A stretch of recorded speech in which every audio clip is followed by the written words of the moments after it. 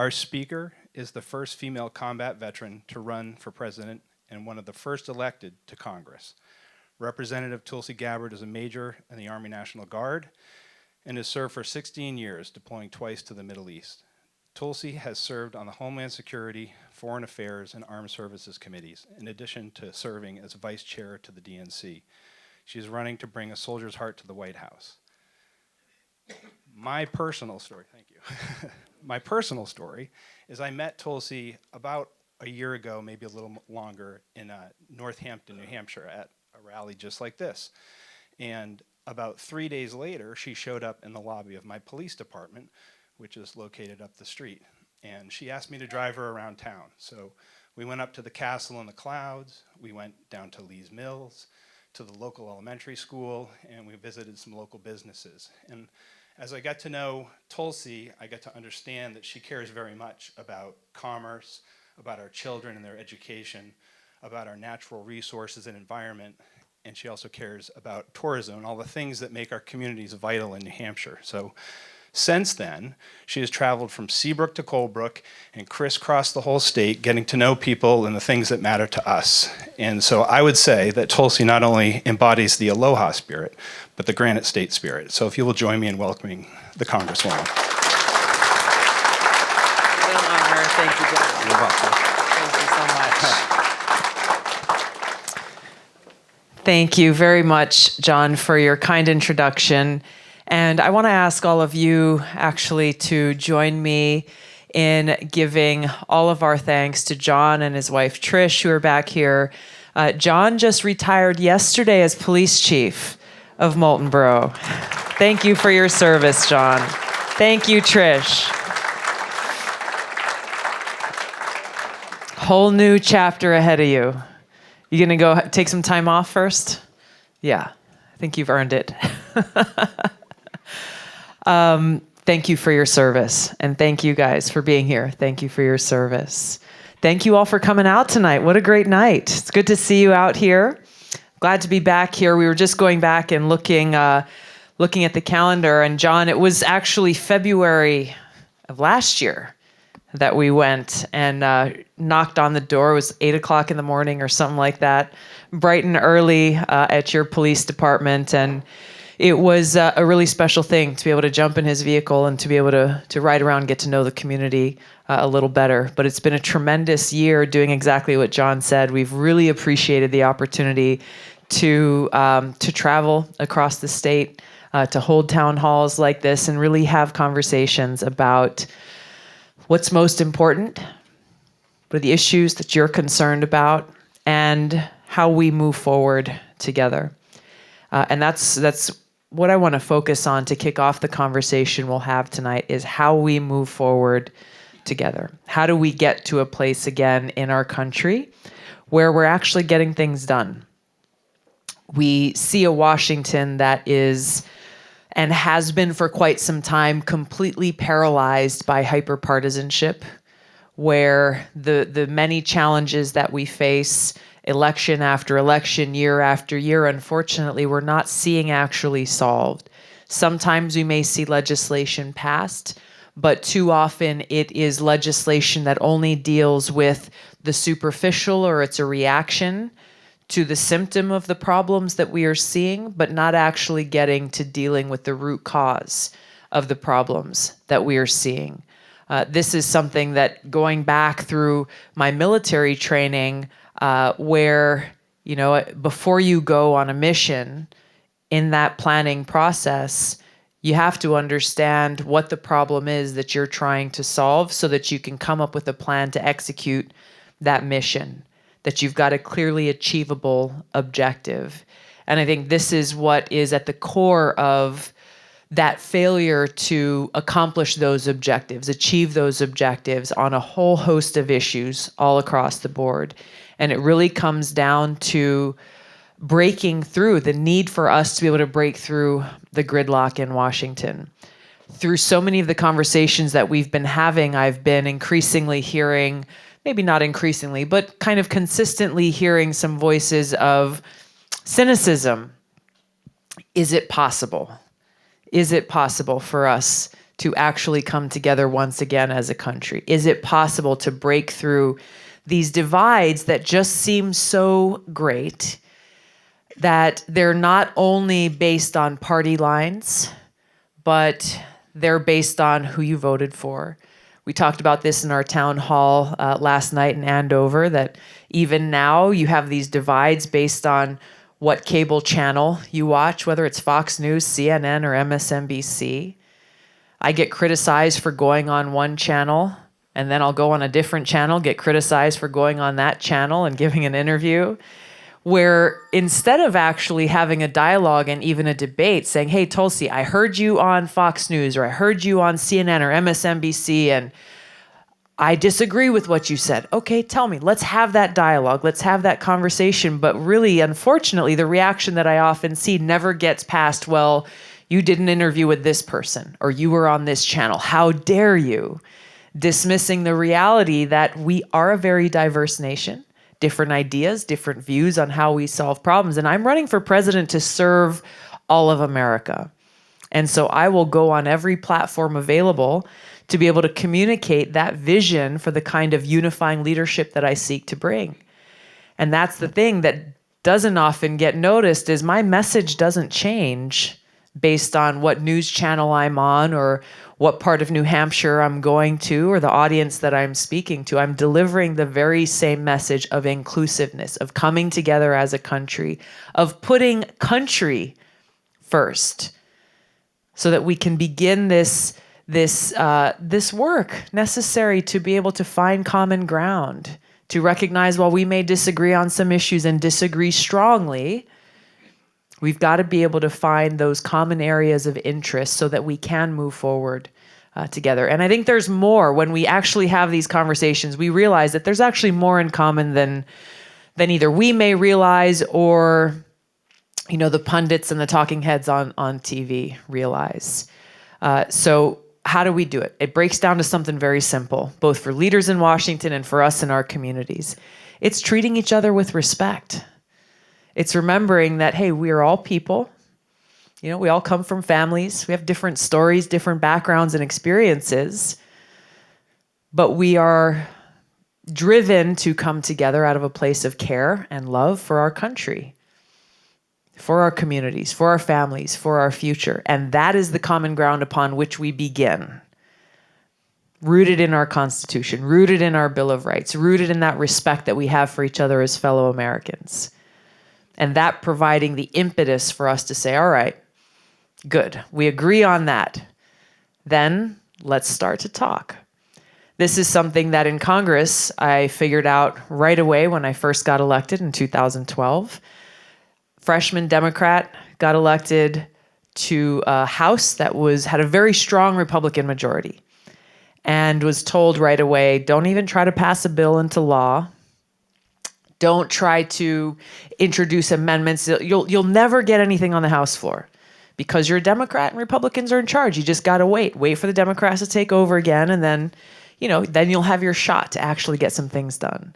And for me, that was an unacceptable scenario. I didn't go there just to sit around and wait for the political winds to shift or blow from one way to the other. So I started to think about, how can I reach out? How can I start to break through the partisan barriers that really were put up right when we got there? There were 84 of us who were elected into the House of Representatives in 2012. There were 50 Democrats and 34 Republicans. And for the first about roughly 1 or 2 weeks that we were there, we were going through orientation, we were going through ethics training, we all went to the same place to get the keys to the office, the ID cards, all of just the kind of day-to-day logistics, mundane things that were necessary to get set up. And we all went through it together. We had lunch together. We had dinner together. We got to know each other just as people, saying, hey, congratulations. Where do you come from? What's your background? What are you interested in working on? And it was a good thing. It was a great thing to be able to start to build those relationships there. But then all of a sudden, there came a day where the separation began, where Democrats went and started meeting in this room, Republicans went and they met in that room, and everything was separate after that. The few of us, we still went out to dinner together. We would share notes and exchange stories, but kind of the partisan divide had been set in place. And it was very intentionally set in place, with things coming from leaders from both parties telling us, hey, don't go and work with this member of Congress because we're going to try to beat them in the next election. We don't want to make them look good. So stay away. When bills come to the floor, if they are coming from the other party, then it's best just to vote no. Wait for, maybe even if it's the same bill, to be introduced by someone from our own party, then you can go and vote for it. It was terrible, and it was heartbreaking. We all got elected, getting the trust of people in our communities across the country, saying, go and work for us, all of us, not just people in our team, but all of us. And so, Democrats serving a Republican majority, I needed to find a way to reach out to more than those who I had the opportunity to meet with when I first got elected. I came up with an idea to communicate in the most universal language of food. Yeah. It always works. My mother makes this tremendous macadamia nut toffee.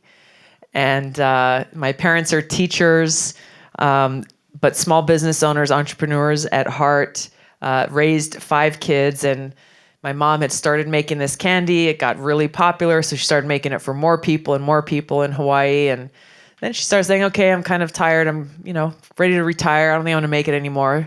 And then that's when I called her and I said, Mom, I need you to make 434 boxes of your toffee for every one of my colleagues and soon-to-be new friends. She said, oh, okay, good idea. Okay, yes, I'm happy to help. I asked her for one more favor on top of that. I asked if she would make another 435 larger boxes of toffee for the staff of every member of Congress. We know who makes things happen. She paused only. I could tell she was thinking about, how many more trips she would have to take to Costco to get more macadamia nuts and butter and sugar and the whole deal. But she agreed to do it. She understood why it was important. And as she was doing this in Hawaii, she's stirring 2 pots at one time. My dad was sure to let me know that he was the quality control officer, that he was taking 1 piece out of every pan that she poured. And I was in Washington while they were doing that, and I just started handwriting personal notes to every one of my new colleagues, introducing myself and telling them a little bit about myself, and just signing everyone saying, I look forward to serving with you.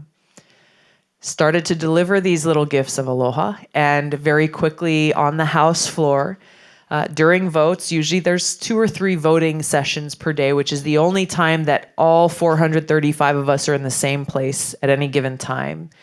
And there were members of Congress who, from other committees, other parts of the country, chairmen of powerful committees, who I normally would not have had the opportunity to interact with, who probably normally would not have given me the time of day, who were coming and finding me on the House floor, going from the Republican side to the Democrat side, and just saying thank you. Many of them saying, I ate all the candy, it was so good, I need more to take home to my family this weekend, can you hook it up? And then most importantly saying, hey, tell me what's going on in your district. What are your constituents concerned about? And what are some of the priorities that you have that you want to take on now that you're here? Let's find a way to work together. Simple.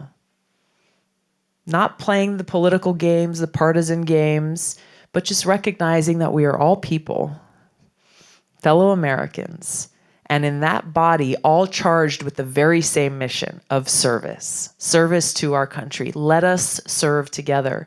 And that simple gesture of just reaching out with respect laid this incredible foundation that allowed me to be effective as a freshman Democrat with a Republican majority to pass the very first bill that I introduced as a member of Congress into law. It enabled me to, when introducing legislation and getting it to the House floor, not always an easy task, that I was able to get my phone calls returned and trying to get my colleagues to vote for my legislation. That rather than just towing the party line saying, okay, Democrat bill, vote no. They talk to me, say, tell me why I should vote for your bill. Sometimes at the end of those conversations, they said, okay, I heard you. I don't agree. Sorry, I can't be with you on this one. Maybe next time. Other times, they said, all right, you make a lot of sense. You have my vote. Able to pass legislation that people said would be dead on arrival because of those relationships built on respect and trust. So for anybody who says that we cannot break through this partisan gridlock, is forgetting who we are as people.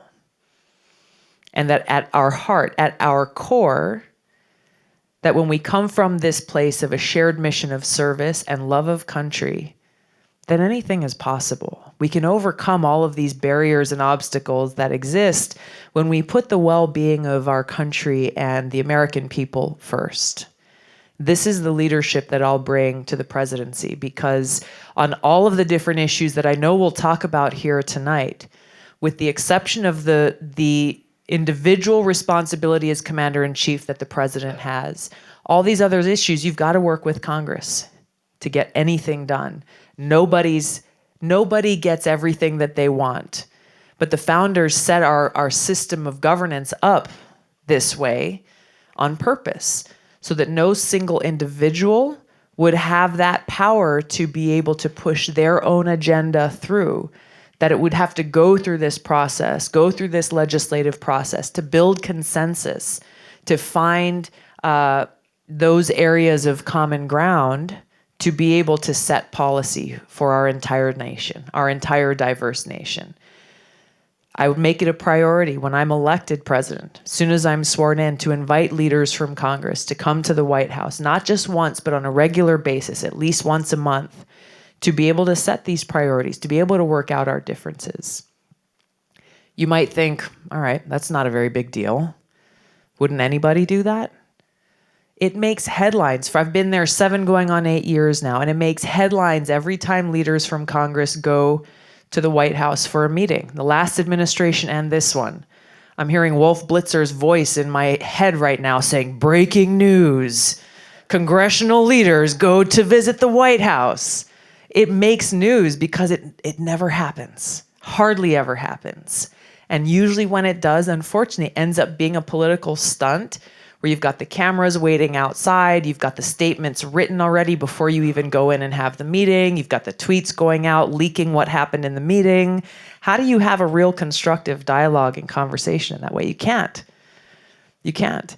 And that's what blows my mind is that, you know, in every job I've ever had in the military, anywhere, even in our families, you got to be able to talk to each other. You've got to be able to communicate and listen in order to get anything done, to find any resolution to any problems. And so to think that there's anything different in our political system is just wrong. The same thing applies in Washington. We've got to be able to come together, keeping that mission of service at the forefront of everything that we do so we can actually solve problems. So as your president, you have my personal commitment that every single day, my sole driving motivation, my sole focus is that mission of putting service to you, the American people, to our country above all else, and to work with you side by side, work with leaders in Congress side by side to really usher in a new era of leadership where we have the confidence that our government is truly a government of, by, and for the people. Of, by, and for the people. Not the government we have today that is of, by, and for the powerful elite, or of, by, and for the interests who can pay for the most expensive lobbyists. Those who are driven by greed, not driven by a desire to serve the people of our country. A government of, by, and for the people. This is what you deserve, to be able to lay your head down at night with the peace of mind and the confidence that those who represent you are actually working for your interests. This is what's driving me to run for president, to offer to be of service to you and to our country. And the way that we make this happen, even with all of the big money and the special interests and the partisanship and everything in Washington, the way we make this happen is by exercising our voices and our votes in making this decision that every one of you has before you in 17 days on February 11th about what kind of leadership you want representing you and serving you. I'll close on this with just a little story, and then we'll open it up to Q&A, where I hear a lot from people, and I see social media comments. People are saying, well, you know, I like you, Tulsi. I think you have a bright future. You're young. You can do a lot, but I don't know if you can win. So I think I'm going to vote for somebody else. Forgetting that the power of deciding who wins or loses these elections really is in your hand, not somebody else's. The pundits, the talking heads, the pollsters, the people who like to tell you how the election's going to turn out, forgetting that they don't actually get to make that call. You do. You do. And the way we send a wake-up call to Washington and to the nation is by reclaiming that power that we have through our votes, through our voices, and letting Washington know that we see how disconnected they are from the reality of the lives that we live all across this country. And we want change. When I first ran for Congress in 2012, I was running against someone who was the quote-unquote establishment candidate. He had just run for governor. He had 100% name recognition, was a popular mayor, had every endorsement you could ever hope for. When they tell you how to run for office, he had all the boxes checked. I had 3% name recognition. Nobody really knew who I was in this district that covers every island across the state of Hawaii.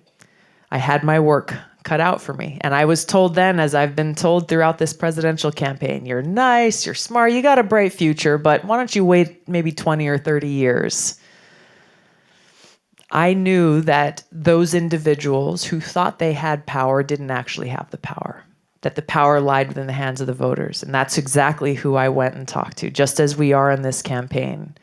Fast forward 5 months before Election Day, I was making great progress. I had moved up from 3% to 20%. My primary opponent was polling at 65%, already talking about the staff he was planning on hiring because, of course, he was going to win.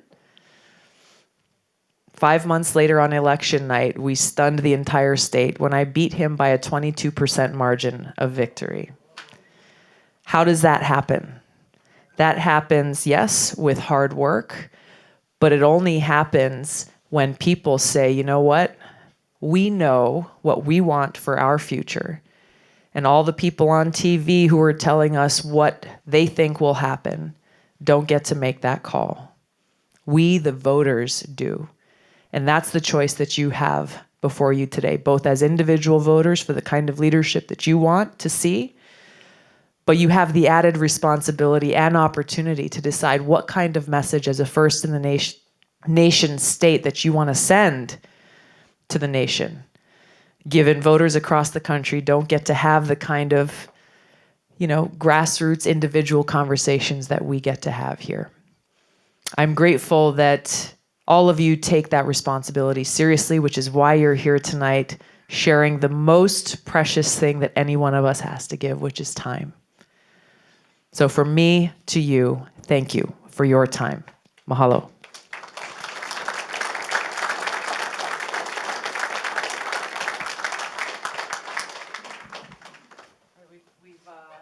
Sure? Okay, here we go. Good job, Daniel. Figuring it out. Our usual audio volunteer is unfortunately not here, so our amazing team between Vince and Daniel are figuring it out. Good job, guys. We've got a couple of microphones around. Love to open it up and share what is on your mind, concerns and issues that you'd like to raise. Thank you.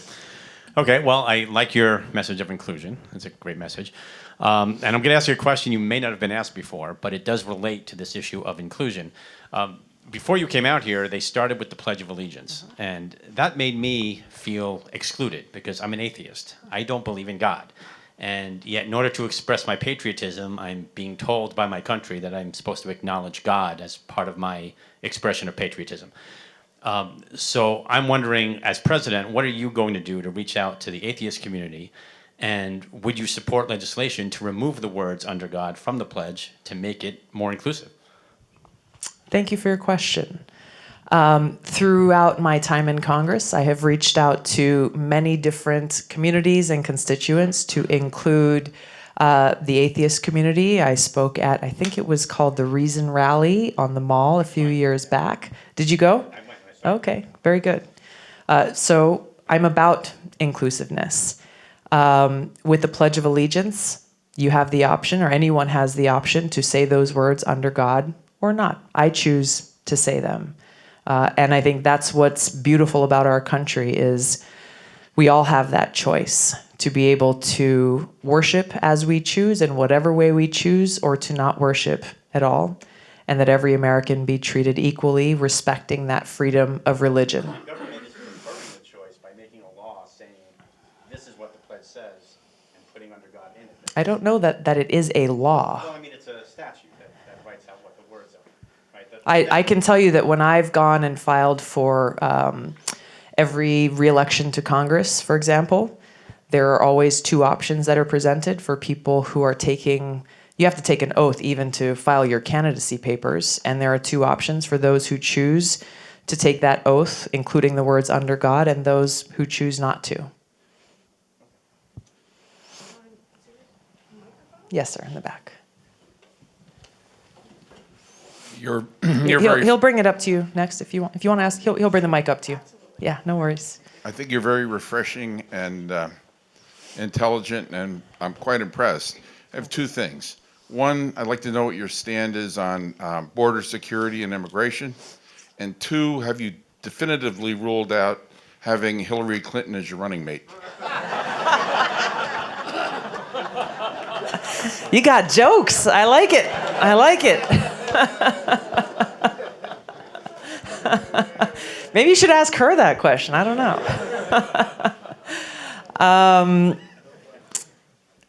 Immigration reform and border security.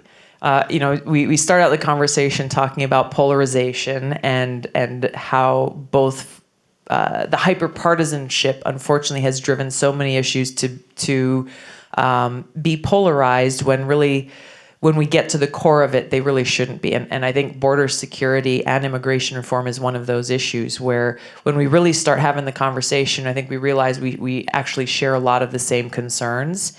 I think it's a disservice to both the problem and those of us who are seeking solutions that in this kind of tweet-driven, soundbite-driven political environment, those of us who recognize we need border security are somehow criticized as being anti-immigrant, and those who are fighting for a more humane immigration policy are sometimes criticized as being for open borders. There are some advocating for open borders. I disagree with that. As a nation, we need borders. Otherwise, we don't really have a country. And so then the next question is, so how do we accomplish that? I disagree with President Trump's plan of a wall from sea to shining sea because I think it just doesn't make sense. We've got to look at border security and what is the most cost-effective way to be able to do that. In some places, that may mean a barrier of some sort. In other places, that wouldn't make any sense at all. Again, it's just about figuring out how do we accomplish a mission, what's the best way to do that.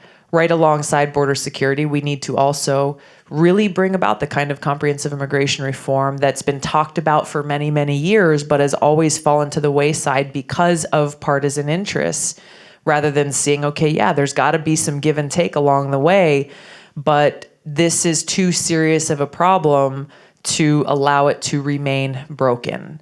It is affecting families in our country. It's affecting our economy. And there are a lot of things that would greatly benefit our country if we simply came together and actually addressed these issues. Thank you. Yes. I have a present for you. So I stand up here. Hi, Amy Zuckerman here from Massachusetts, Amherst, the revolution, heart of the revolution. First of all, here's a present for you. I have an entire package for you. This is Skateboard Dude and the Kids of the Future, Real Science Tech and the Green Future. All right. Thank you. Therefore, actually will not take too much time. I am an old media lady. Oh, excuse me, this is not on? Will you help me out? Okay, maybe it's not on. Hi, I'm sorry, Amy Zuckerman here from Massachusetts, Harvard, New Hampshire, and Massachusetts. We care. Nice to see you. Great.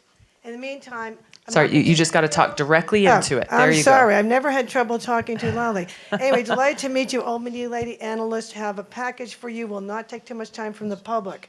However, there's a big issue that people don't know about. Our press is being threatened. Freedom of press is threatened. We have a group called Gannett, the biggest media conglomerate in the world. Yes, I'm familiar. All right. And by the way, I'm here from the National Writers Union, UAW, 1,500 of us. Who this is the free press.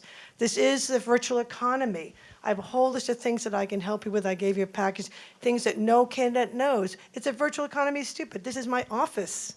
We're out here, but people don't realize this is the economy. Hidden power forces of the global economy. I worked on that, things like standards.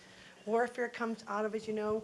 Issues of commerce, supply chain, etc. So I'm here. I have a package for you. Thank you very How much. can you win the presidency? Well, we're here. Thank you. I appreciate that. Thank you very much for being here. Yes, ma'am. I'm Virginia Jones Newton, and I'm very concerned about what is happening in Australia and the climate change. And what are your thoughts about climate change, and what would you do to bring about changes to improve that? Thank you very much, Virginia. I think many of us have friends or people who we know. I have my brother actually left Hawaii and moved to Australia and got married and had a bunch of kids there. And he's back in Hawaii, but some of his kids are still there. And we've been very, very concerned because they've been amongst those areas hardest hit. I think what we're seeing happening there, as well as in other countries in the world who have less publicized environmental threats, are just further proof of how these environmental threats really must be addressed at a global level.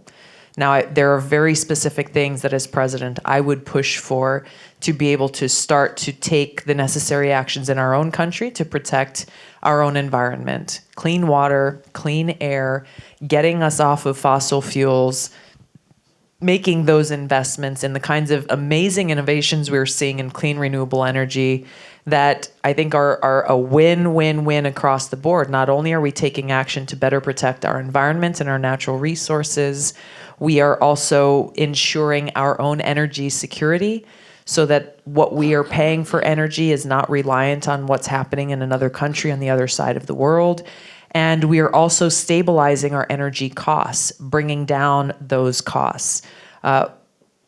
There's a lot of big moneyed interests who are very invested in the status quo. This is another one of those areas where we've got to make it happen. Agriculture. This is another one that doesn't get as much attention as it should, given how so many of the kind of multinational agribusiness farming practices that we've had for so long, and that in the Farm Bill that Congress passes every 5 years continues to support, even though we're seeing how those practices are polluting our water and polluting our air and ruining soil quality. As president, I would focus on trying to shift those incentives more towards supporting our local and regional farmers, those who are growing food to feed people in our communities, things like organic and regenerative farming that not only helps to regain the kind of soil quality that we need, but also works to recapture carbon in the environment. Foreign policy is domestic policy. This is one of the many ways that we see that. Yes, I would work to re-enter the Paris Climate Accords, but really recognize that even when they were signed, leaders around the world admitted that it only began to scratch the surface of the global action that would need to be taken. This is why it's so important. And for those of you who've been listening to what I've been saying for the last year in this campaign, diplomacy. diplomacy and leading with a foreign policy based on cooperation rather than conflict is necessary to be able to diplomatically work out our differences with other countries, even those with whom we may have had adversarial relations in the past, to be able to also work together in these areas of shared and common interest, like addressing the threats to our environment, like economic interests and policy, counterterrorism, national security, and so forth.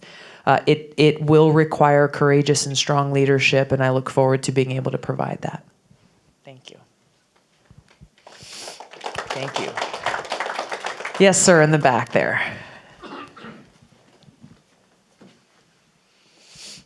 Yeah, hi. First, I want to thank you for your service. Thank you.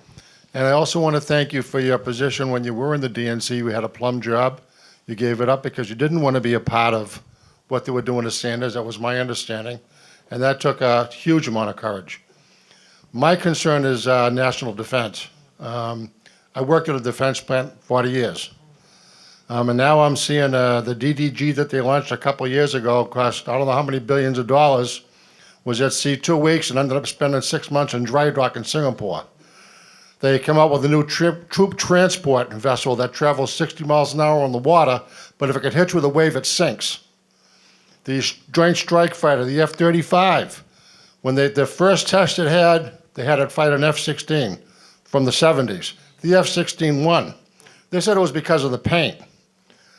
A lot of people, they're resting on their laurels with defense because we spend 10 times more than Red China does on defense. But I guarantee you, their troop transports aren't sinking. Their DGGs aren't spending their time in dry dock. They aren't spending $20,000 for a hammer, that story we heard back in the 70s. And we live in America, and I'm in continental United States. We got Canada to the north, and they're not going to invade us. We got Mexico to the south. They've been invading us for 50 years, and that really has, So why are we spending so much money on defense that doesn't work? It's sort of like the marginal line of the France, World War II. I mean, so much money is being wasted. And a lot of that money, people don't realize, is being sent overseas. Over half of our military hardware is being built overseas. If you bring those jobs home, those are going to be high-paying, good jobs. We get to oversee the quality if it's done here. I think that could create jobs. It would give us a better defense. And in the long run, we'd save a lot of money. So what are your thoughts on defense? Thank you very much. It's a great question. This is the central issue that I've raised in my campaign is where is our money going? So much if it goes to the cost of war, and you've just detailed many different examples of that. When those dollars really should be remaining right here at home, those dollars should be going to actually investing in our communities here at home.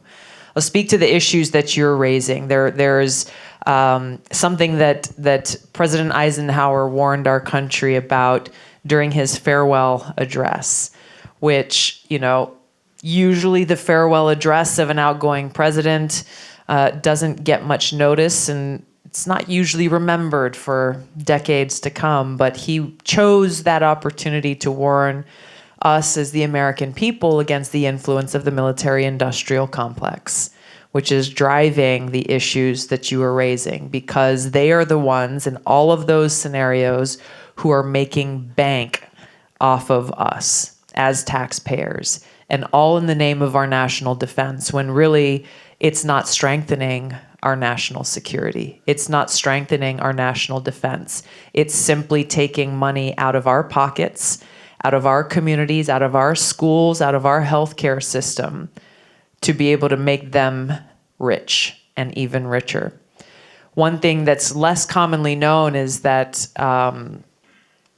in an earlier draft of that speech that President Eisenhower delivered, he actually referred to it as the Congressional Military-Industrial Complex, because he rightly pointed out, and who or how or why that word was taken out of the final speech, I don't know, but he recognized how directly linked these issues are and why, unfortunately, we're seeing this kind of waste perpetuating, the coziness and the relationships between members of Congress and the lobbyists representing these defense contractors who are making so much money, and yet even though we see the problems that we're seeing and the kind of waste and fraud that we've seen, they are still able to get more and more multi-billion-dollar contracts without any real consequence. For years now in Congress, we've been pushing for an audit of the Department of Defense, specifically to identify and shine a light on these issues and the waste and abuse that occurs. And year after year, we're told, well, it just can't happen. We haven't gotten it done. There's one excuse after the other. And there was a partial audit that was completed only to find that there was a huge amount of money that was completely unaccounted for, off the books. Nobody could figure out where it went. So this is a serious issue that we have to address. It's part of the campaign finance reform, why I believe so strongly that PACs and lobbyists should not be making contributions to members of Congress at all. Break that link completely, number one. And number two, make it so that members of Congress and senior staffers in Washington cannot go and become lobbyists and work for these industries that they're supposed to be overseeing and regulating through their time in service. I've seen so many examples of colleagues of mine who have served in these positions on these committees to exercise oversight over different industries, only to retire and leave their jobs and go and get a job as a lobbyist or a consultant for the very same industries that they were supposed to be overseeing in Congress, and walking in the front door and getting $1 million annual starting salary. Monsanto is one of them, absolutely. The sad part is that we see this across almost every agency, department, and industry in Washington, both in the Defense Department, we see it in the FDA, we see it in the FCC, we see this in the energy sectors across the board. This is how this pay-to-play culture exists. You scratch my back, I'll scratch yours, you do what I want, we got your back when you leave. Going and serving in these positions of great influence and power in our government should be a choice to go and serve, not to go and leverage that service into a massive financial, outfall for yourself in the end. I think of, those who, how many teachers do we have here in the room? Teachers, thank you. We have law enforcement. Yes, firefighters. Veterans, all of you in your own lives have made a choice to serve. How many of you are millionaires? Exactly my point. You choose to serve because you want to serve, not because you think you can leverage this into a big payout. I know John's got a multi-million-dollar stash, right? Trish is like, God, I wish he did. But if you choose to serve, go because you want to serve. If you want to go and make $1 million, go do that. That's fine.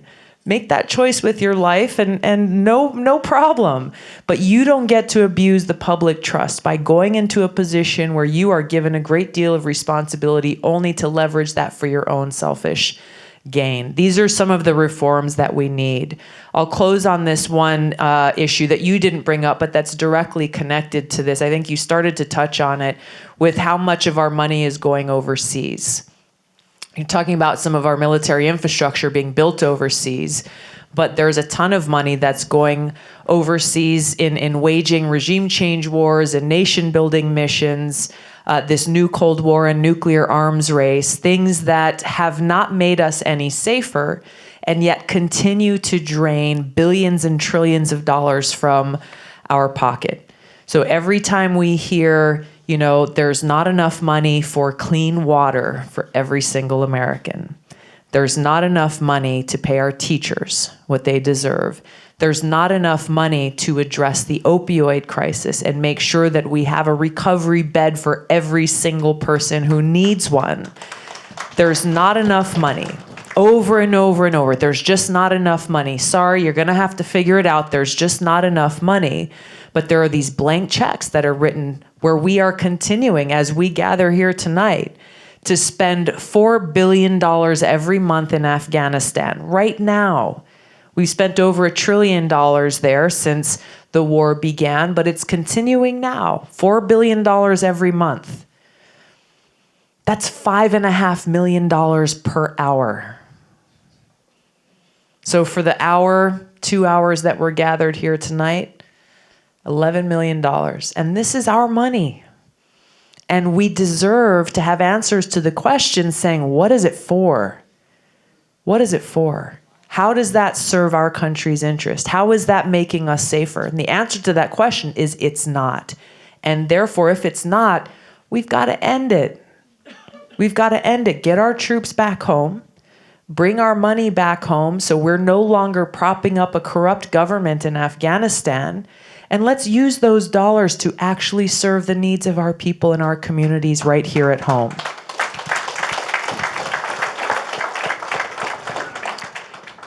This is an area where very directly as Commander-in-Chief, alone, I will be able to make a difference, to bring about this sea change in our foreign policy, to stop this drain on our resources, to stop needlessly sending our men and women in uniform into harm's way, to bring our troops back home and to make those decisions related to our foreign policy, to our troops, to how we're spending our taxpayer dollars based on truly ensuring our country's national security and defense, and making those decisions based on truly the best interest of the American people.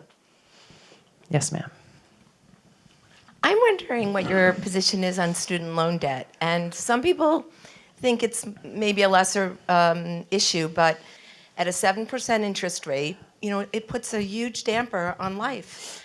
And I think that maybe the federal programs need to be looked at because they're raising the interest rates and they're not making it possible for them to ever pay them off. I'm not saying complete payment, but some sort of a help. Yeah, thank you. This is a crisis that's impacting an entire generation of people. And unless we do something about it now, it's going to take another generation of people, and it's going to continue to create an economic hardship, both for people like your daughter and for us as a country. I was with a family in Hampton, I think it was right after Christmas, and there's I think she's maybe 19 or 20 years old. She was home for Christmas, and she walked in the shop. The family has a little flannel shop there, and she walked in and she said, I just came from the bank to try to get a credit card. It's very first credit card. They said, you don't have any credit. She said, I know, that's why I'm trying to apply for a credit card, so I can start to build credit. We've all been there. And they said, well, we can't even give you your first credit card because you already have too much student debt. And she's studying to become a nurse. And so she came in, she's like, well, I don't know. I don't know what I'm going to do now because I can't pay it all off right now, but stuck between a rock and a hard place. There are so many different examples of young people who don't feel that ever being able to purchase a home is an option for them and can't see the light for how they'll be able to pay off this debt. I think there are two very immediate actions that Congress should take. Number one is making it so that the federal government and the private sector are not earning a profit off of those who are dealing with student debt. This should not be a for-profit industry. How do we as a country say we value education and we want everyone to be able to be empowered to pursue the career of their choice when really what our laws are supporting are major financial industries and even our government profiting off of people choosing that professional development and empowerment for themselves. Number two, we need to treat student debt in the same way we treat any other kind of debt in this country when it comes to our bankruptcy laws. Right now, student debt is, I think, the only one that's excluded. If your daughter wanted to file for bankruptcy to be able to, start fresh and look at a new future, she would still be saddled with that student debt. It's crazy. And again, it speaks to screwed up priorities and a pay-to-play culture in Washington where those financial industries and those who are carrying this debt are able to really do whatever they want because they know that whatever situation an individual goes through, they will always have that debt hanging over their head. If we're serious about supporting the professional development and encouraging opportunities for young people in this country, we've got to figure out how we rein in this ever-increasing cost of higher education. All educational institutions that receive taxpayer dollars, whether it be through Pell Grants or other forms of subsidies, need to have audits and accountability about why their tuitions are increasing at such a rapid rate. And yet we are still seeing so many people graduating who have a hard time finding a good paying job in their profession of choice. I think we need to place a greater emphasis and opportunities for those who are seeking, they're saying, hey, a bachelor's degree or master's degree is not for me. That's okay. Go and get vocational training. Go to community college. Get an apprenticeship. You want to go and start a small business? Go start a small business. We've got to change this expectation that we have in society where every single kid who graduates from high school is expected to go to college. Otherwise, you're not worth as much as someone who has. It's a crazy sense of value and worth that we're placing on an entire generation of people, when really we should be asking, what do you want to do? What skills do you want to develop? What is your passion? What are you interested in? I think most 18-year-olds, I know for myself, I didn't know really. I started out going to community college in Hawaii. I was taking a TV and film production course and earned my certificate in that because I wanted to work behind the camera like my husband does over there. I had no idea and no interest in politics at that point. I ended up earning my degree, thankfully through the GI Bill, and got a degree in international business. But I did so as I was working full-time, as I was deployed to the Middle East. I was taking classes online in our camp in Iraq with mortars flying overhead. I found a way to be able to get that education because it was what I felt that I needed. But there are so many opportunities that people have. I think we've just got to take a look at how we can best help empower the young people in our country to do what they would like to do and to make sure that it's accessible and affordable. We have time for one last question. Yes. Thank you, Tulsi.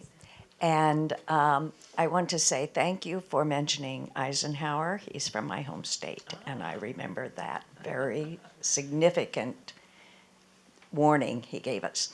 My question to you is, how will you hold drug companies accountable for the high cost of prescription drugs? Thank you. Thank you very much. I want to point out, if you could just stand up again and turn around so people can see what's on your shirt. Stop greed. Stop greed.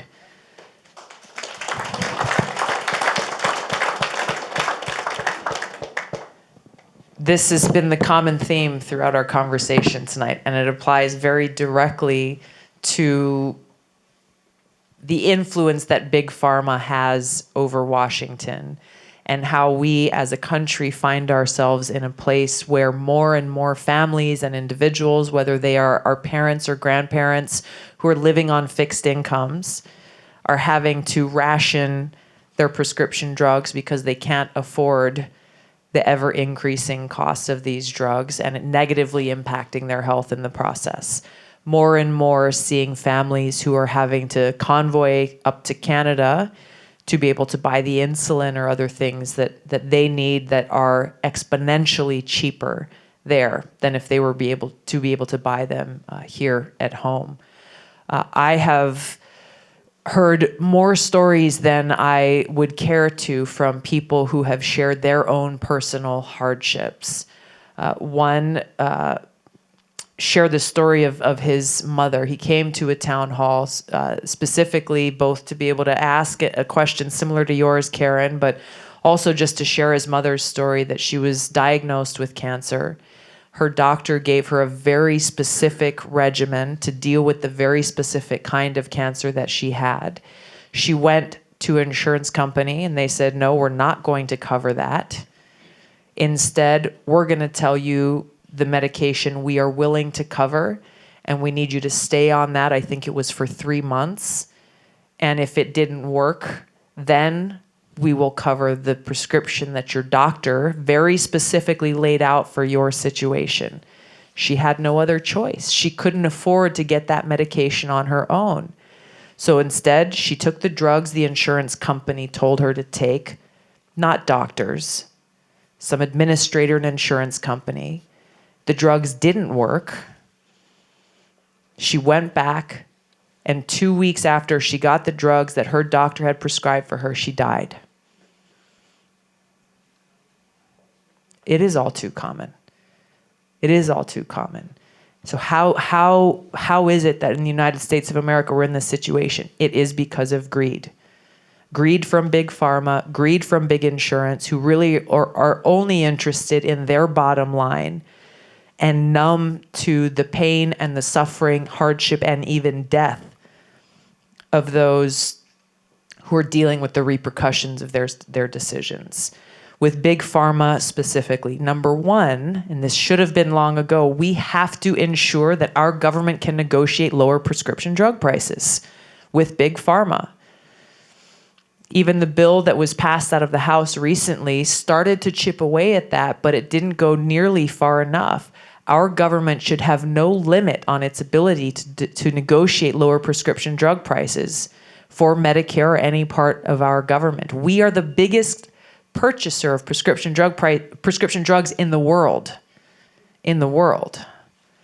So we have a hell of a lot of leverage to be able to negotiate lower prices for consumers, number one. Number two, big pharma is exploiting our patent laws, and we've got to close those loopholes to stop that exploitation. What they're doing is, they get a 7-year timeline to be able to sell the drugs that they create before it goes to the generic companies, who can then produce those drugs at a much cheaper price and give us as consumers the option. You can buy the brand or you can buy the generic.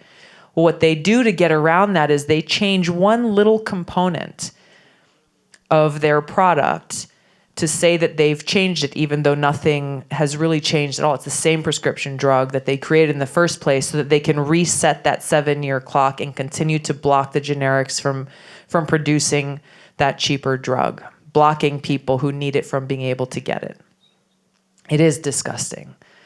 The third thing is what I talked about earlier. We've got to allow the reimportation of these cheaper drugs from other countries like Canada.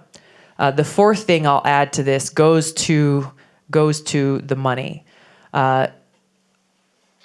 These prescription drug companies should not be allowed to advertise. They spend billions on advertising to be able to sell us as consumers, see, oh, wow, look at that happy family on the TV. It looks like this drug has solved all their problems. I'm going to go to my doctor and ask for this drug, even though I couldn't really hear or understand all the horrific potential side effects. And even though I don't really know if this is something that's best for me, I'm going to go tell my doctor that I really want this drug because I think it'll work. That's got to end. We've got to end the billions of dollars that these pharmaceutical companies spend in marketing directly to doctors, the rewards they give doctors if they prescribe huge amounts of these drugs, both direct cash rewards as well as, fancy trips to fancy resorts and so on and so forth. We've got to get the corruption out of this healthcare system so that we really are not tainted. The decisions are not tainted by anything other than what is in the best interest of your health and well-being. Thank you, Karen. Thank you. I know we said that was the last one, but yes, sir, you will be our last question. Thank you. Probably don't need a mic. I guess I do. We have visited with a number of candidates, from Tom to Mayor Pete to Amy to quite a couple of others. And yourself. There's a lot. It's hard to keep track. I know. And my question to you is the question I would ask them. On day one, what is your priority in terms of 1, 2, and 3? What are you going to address first on day one and address second or third? That's critical. And secondly, how honest are you going to be about keeping your promise? Fair enough. The number one existential threat that we face in this country has been highlighted recently in the headlines. I think it was 2 days ago that the doomsday clock has been set now 100 seconds before midnight. The existential threat that we face, that our atomic scientists are warning about, is that we are on the brink of nuclear catastrophe. That even as no one is talking about this in the news, I guarantee you're not hearing this from any other presidential candidates, the reality is that we are in a new Cold War. We have increasing tensions between the United States and nuclear-armed countries like Russia and China. We have treaties that were put in place by people like Reagan and Gorbachev to reduce these tensions, these threats, the numbers of nuclear weapons in the world that have been torn up and thrown in the trash can. Other treaties set to expire very soon. All of these things putting us in a place where we are at greater risk of nuclear catastrophe and kicking off a nuclear arms race that's costing us more money as taxpayers, an arms race that cannot be won, and that puts us and the world at greater risk. So the first thing that I would do as president is to call for a summit with the United States and China and Russia to begin very directly de-escalating these tensions, to reopen these lines of communication so that we can both work out the differences we have, but begin to start to put these treaties back together to walk us back away from the brink of nuclear catastrophe. Number two,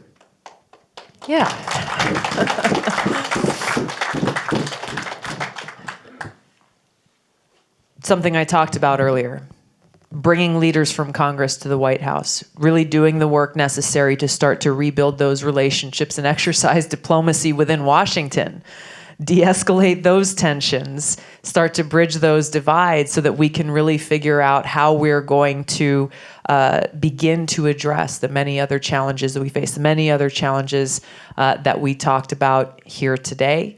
And the third thing is to begin to do the work necessary to get our troops out of Afghanistan, to start to end these regime change wars,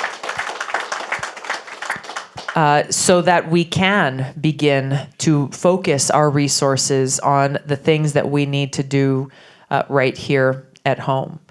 You can trust that I will fulfill my commitment to you, because this is why I'm running for president. I understand the seriousness of these threats and my own capability to be prepared to walk in on day one to serve you as Commander-in-Chief. And so I'll leave you on these two notes that I think are important to think about as you're making your decision, and that I think set me apart from the many other candidates that you've had the opportunity to hear from. Number one is that recognition. The most important responsibility the president has is as Commander-in-Chief. My experience very uniquely has prepared me to do that job. Throughout my 7 years in Congress, I have been very focused on national security and foreign policy. Through my service on the Foreign Affairs Committee, where on a day-to-day basis, we're meeting with leaders from other parts of the world, where we're working with leaders from the State Department, exercising oversight there. On the Armed Services Committee, working with the Department of Defense, working with and meeting with military commands from all the different regions of the world, as well as on the Homeland Security Committee, bringing that depth and understanding around these issues that will allow me to be able to exercise the foresight in decision-making necessary to serve the best interests of our country. This comes from a very deep place, given my own experience serving in the military, of being deployed twice to the Middle East, of experiencing firsthand the terribly high human cost of war paid for by our troops and our military families. The sacrifice is greater than can be measured, and it's one that we are all continuing to experience as these wars continue. The second thing that I think sets me apart is I want you to help me illustrate here today. Raise your hand if you are a Democrat. Okay, thank you. Raise your hand if you're a Republican. Awesome, thank you. Raise your hand if you are independent or libertarian. Thank you. This is America. This is America. I'm the only candidate that every single day in our town halls, all across New Hampshire, no matter what part of New Hampshire we're in, as well as in other states where we're going, in states like South Carolina and Iowa, California, big cities, small towns, we're seeing this kind of diversity of people coming together to support my candidacy, which is such a beautiful thing. It gives me so much hope for our road ahead as a country.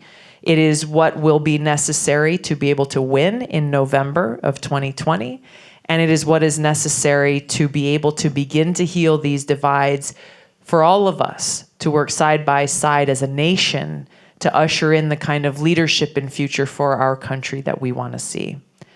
Thank you so much for being here today.